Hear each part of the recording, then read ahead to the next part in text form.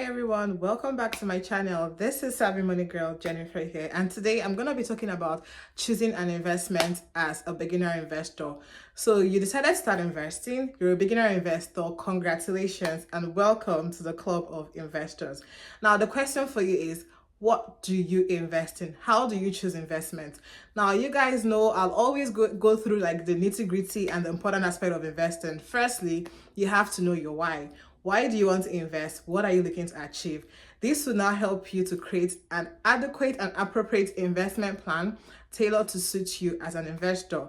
So now today we're going to be talking about real estate investing or stock investing. Which one is appropriate for you as an investor? Now let's talk about real estate. Real estate is an amazing investment. We all know that. Everybody loves real estate because number one, it is an investment they can see, they can feel, they can touch. I think that is one of the pros of real estate investing, is the fact that people can see. So they feel safe knowing that they have something that they can see, feel and touch. That is the important aspect of real estate investing, right? Where you put your money into something you can see and touch every single day. Now, another reason why people invest is the fact that they expect their investment property to actually appreciate in price, which is capital gain, which is another important reason why people appreciate real estate investment. Now, let's talk about stock investing as well. So stock investing is an investment that not everybody loves because of the risk factor, but people that appreciate stock investing are those that know how it can literally change your life and help you build wealth. So I always say this: for you to become a business owner, for you to like have a stake in a business, you don't necessarily have to open a business by yourself. Investing in the stock market is one way to do that. Investing in the stock market helps you to make money off the billionaires. So you're a part owner of companies like Amazon, Google, and Meta, and these billionaires are literally making money and you're getting paid just because you're a part owner. And now number two is you can also make money from the stock market through capital gains. This is another reason why investors love the stock market, even though the market can be quite volatile, but capital gain is another way for you to also earn money from real estate.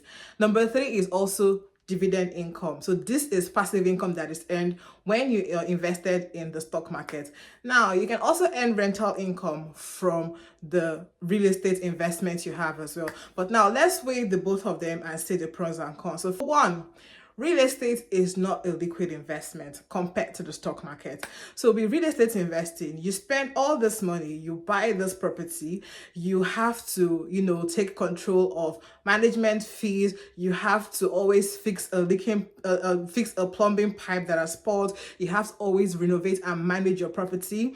If you're renting on that property, you're going to get rental income quite all right, but you're still going to pay management fees and hope to God that your tenants are amazing people that are going to take care of your house. Otherwise, that is going to be a totally different story and expenses where tenants deface your property, right?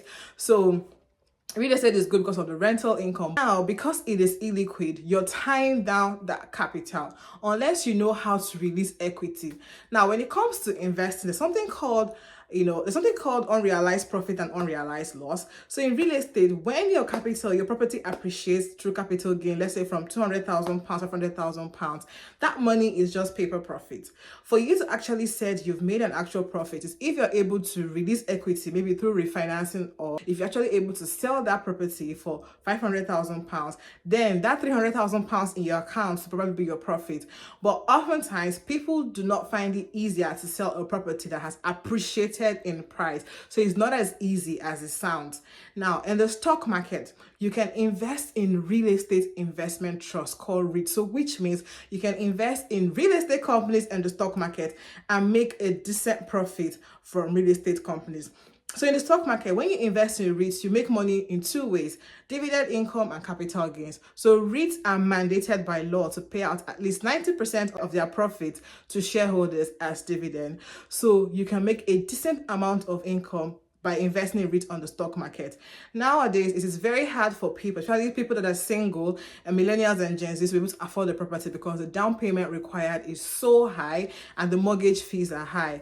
I always say that if you take your capital, your initial deposit capital for your real estate property and invest in a REIT on the stock market, you're guaranteed of at least £500 to £1,000 in investment every single month for the rest of your life as long as you own that stock. But if you put that down payment of, let's say for example, £50,000 to buy your property, you're going to get property quite all right, but you're going to have to pay mortgage fees and, you know, council taxes and management fees if it's a rental property and stuff like that. Not to discourage anyone from buying real estate, but I'm saying as an investor, it is very important for you to know your investment goal, your investment plan, and weigh your options accordingly. So real estate is not a liquid investment. Stock market is a very liquid investment, and the amazing part is you can invest in real estate via the stock market. So I always like to give this example. Let's say you want to be very flexible, you want to be able to travel and move around the world, you know, investing in the stock market allows you to do so. It gives you that freedom where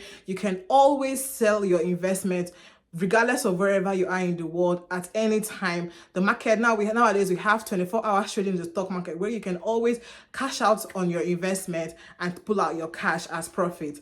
Now, another amazing thing about real estate investment, which I always like to say is, for example, if there's a natural disaster, like for example, we had the wildfires recently, you know, that is a sad thing to happen. It could be flooding or stuff, and you have to evacuate your homes.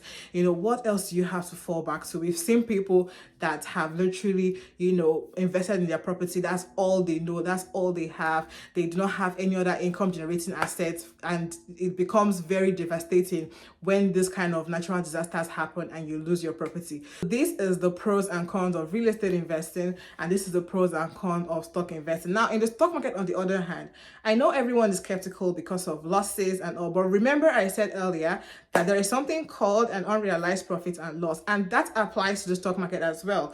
So let's say, for example, you buy a stock at £100 and the price drops to £50, right?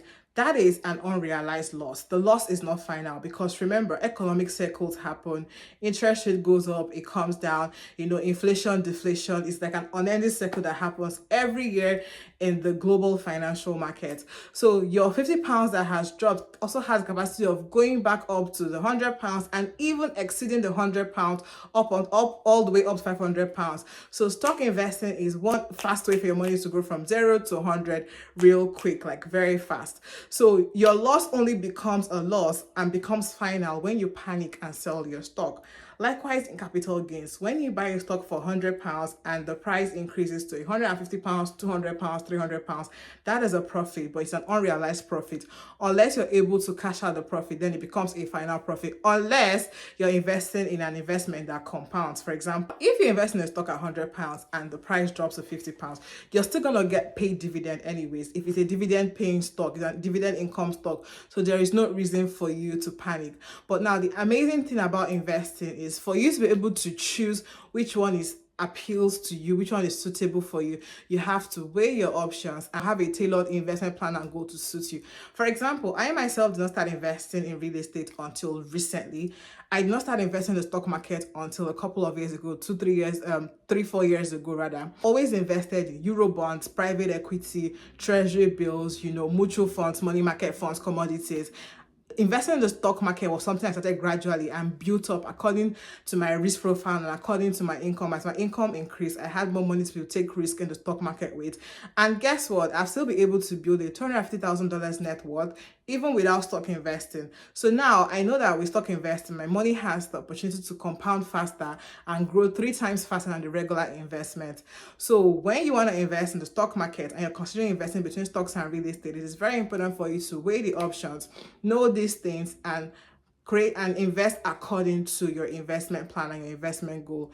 If you love this video, do not forget to like, comment, share, and subscribe to this YouTube channel. And I look forward to seeing you again on my next video.